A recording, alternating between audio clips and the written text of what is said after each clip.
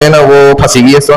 Multinational companies तो फलाना डिमकाना जो प्रोडक्ट उठा के अपनी मार्केट में हम मुसलमान भी देख लें तो उसके पीछे यहूदियों के शेयर्स मौजूद हैं और हर चीज का प्रॉफिट और नफा जो है ना वो जाके यहूदियों को हासिल होता है।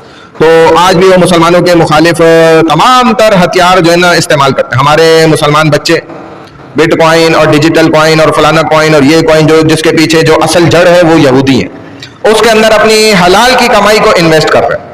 इधर क्या उन्होंने क्या लाख 2 लाख 3 लाख 4 लाख कमा लिया, वो जी सारा उधर इन्वेस्ट कर देते। 3 लाख उन्होंने इन्वेस्ट करा, अब वो करते करते 5 लाख 6 लाख 8 लाख 10 लाख 12 लाख 20 लाख हुआ, सारा लगाया वो सारा 20 का 20 गया, खत्म। वो उन्होंने असल में आपको कमाने के लिए, आपके लिए वो कमाई नहीं थी, वो उनकी कमाई थी, वो आपसे ऐसे कमाते। ये पूरा सिस्टम पीछे यहूदी के हाथ में और हमारे मुसलमान बच्चे बेचारे बेवकूफ। अच्छा भला माशाल्लाह कारोबार चल रहा है हलाल और ये ट्रेडिंग के अंदर पड़ जाते हैं और सिखा